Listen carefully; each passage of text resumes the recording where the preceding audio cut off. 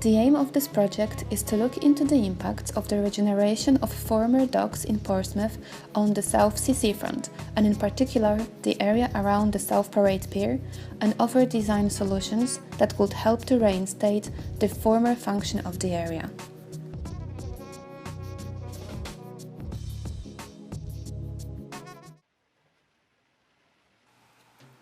Waterfront regeneration is a worldwide phenomenon, often undertaken by cities competing against each other in order to establish their position in a global ranking by replacing declining industries, attracting investment, residents and tourists.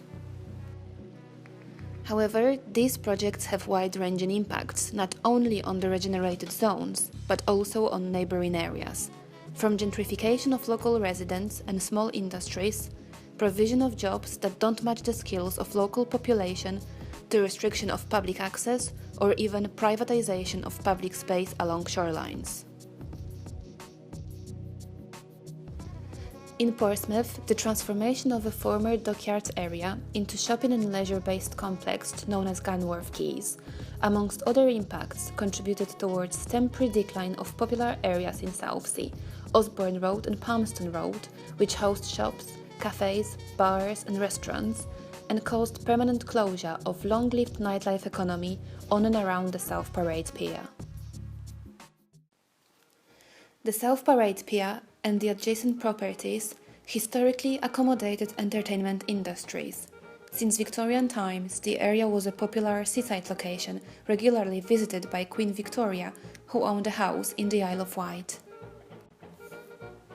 Many people visited the area in order to treat their real and imagined ailments through the exposure to seawater, seaside air and sun, as promoted by Victorian medics. The area was an attractive holiday location, hosting theatre, cafes, ballrooms and bars with live music. Even in 60s and 70s, when seaside tourism in the whole country started to decline due to the new offer of overseas holiday packages, the area itself didn't lose its vitality and became a popular music scene. In particular, the pier itself and the Savoy building, which hosted balls and contemporary stars concerts, such as the Beatles in April 1963 and Rolling Stones a few months later. Throughout the 80s and 90s, and until recently, the area has been a popular clubbing destination. In particular, the Pier hosted many contemporary artists. However, with the opening of Gunworth Quays, the area experienced a drastic decline. In 2011, the Savoy building burned and was demolished, and shortly after, the pier was sold to a private owner and is now closed due to its poor state of repair, resulting from the lack of maintenance.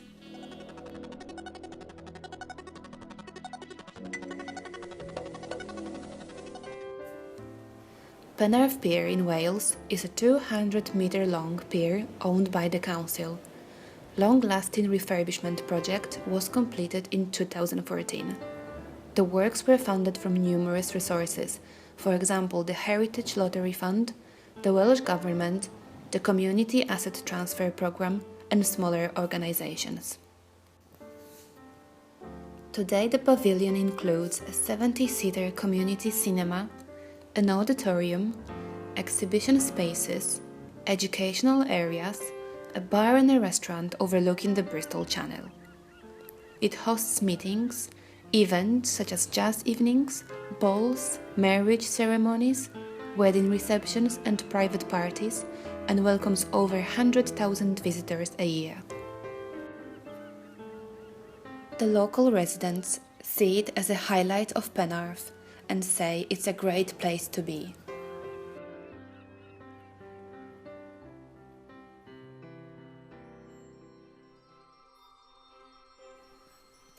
Swanage Pier is also a 200-metre-long pier owned by the Swanage Pier Trust.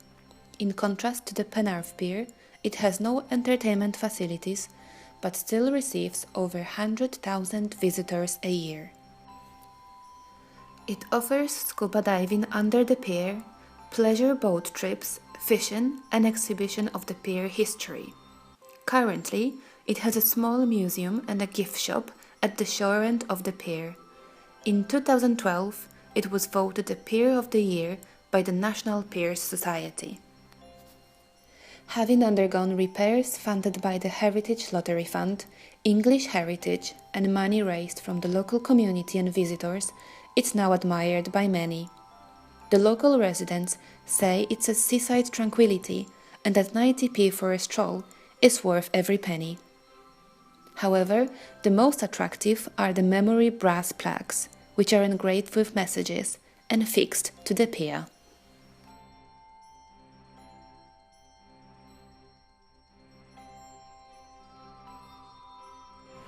This plaque is in memory of our son, one of our 4 sons, whom we lost 3 years ago, and we just find it very special. We enjoy coming over here approximately every month to polish it up. Well, it keeps us close, and I think I'd rather come and do this than perhaps put flowers on a grave, really.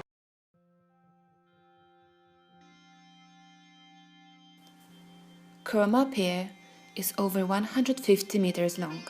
Structural repairs were undertaken throughout the 90s, and then in 2012, £8 million was spent to restore the pier and flooding defences.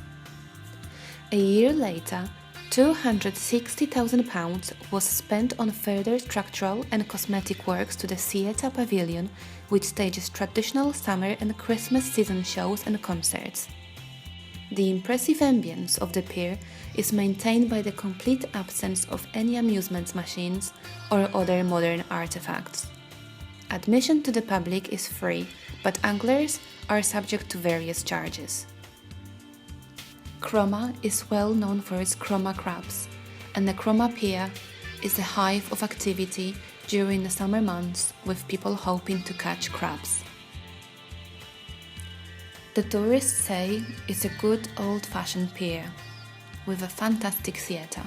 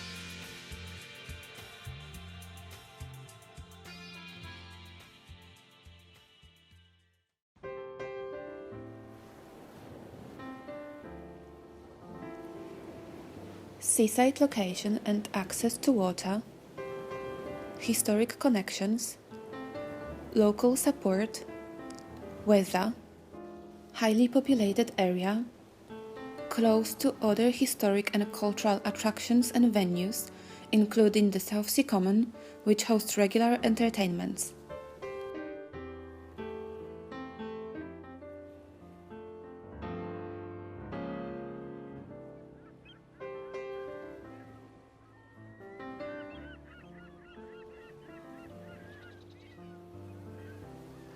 The pier is closed and doesn't generate any profit, but needs costly repair works.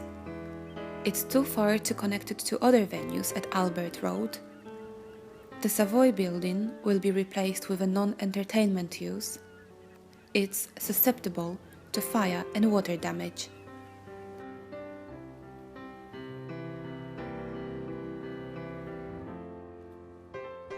The area can be connected to the rest of the seaside and other parts of Southsea. Possible waterborne connections with Gunworth Quays and Gosport. Environmental upgrades. The surrounding area could be developed with cafes and restaurants, and the promenade could be turned into a more interactive public space with markets and pop-up stalls. Provision of uses on and around the pier. The pier can generate profit through entry fee, provision of all year-round facilities, entertainment, local business opportunities, and an Anka-type venue of flexible nature to host a wide range of all year-round events.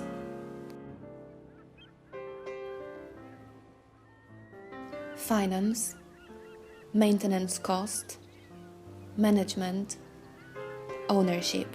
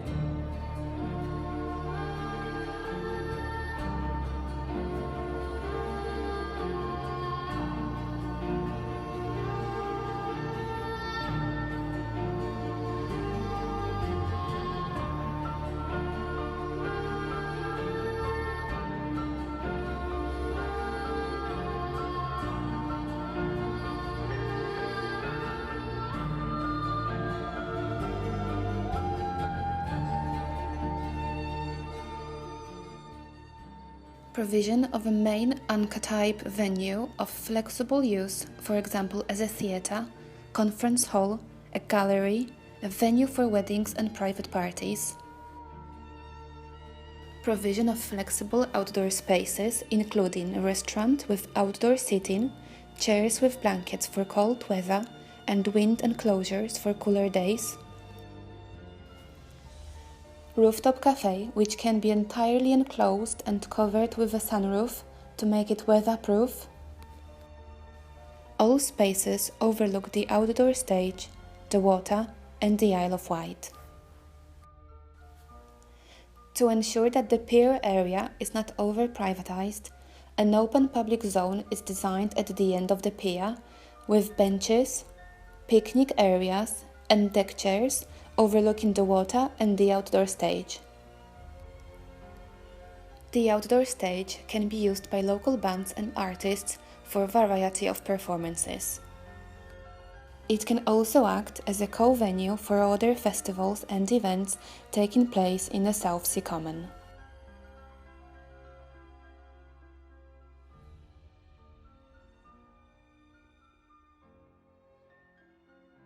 Access to water for fishing, angling, water activities, jumping into the water and swimming is provided at the end of the pier.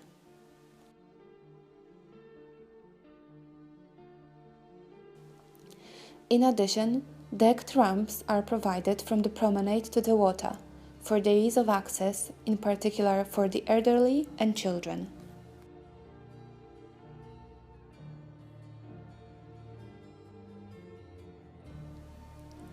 Environmental upgrades of the surrounding area are designed to connect the pier with the rest of the Southsea seafront and Eastney neighbourhood. Improvements include places to sit, buy a snack and a coffee, for example, temporary kitchens, barbecues and pop-up stalls,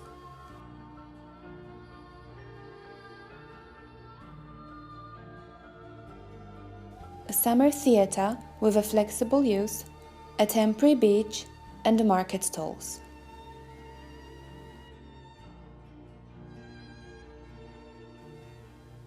In addition to this, the road running along the promenade and the pier will be pedestrianised during summertime and during events throughout a year to accommodate festivals, markets and street performances.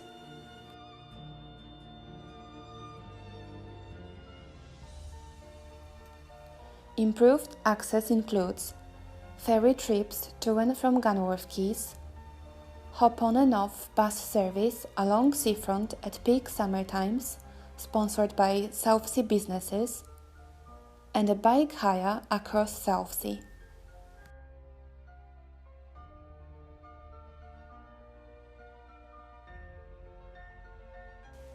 To ensure vitality and viability of the pier, the management and promotion should include a calendar of all year-round events and attractions for all age groups, pier marketing including promotion of events in local newspapers, radio, online and in local museums and venues. Management of the pier and the area should include finance and fundraising, for example, having an ongoing conversation with local events organizers and local communities. Environmental management should include landscape management, such as the use of high-quality and durable materials. In addition to this, a signposting initiative should be undertaken to improve the knowledge of the pier and the surrounding area amongst tourists and visitors to Albert Road and Southsea seafront. The signposting should also draw attention to the Canoe Lake and the Southsea Rose Garden.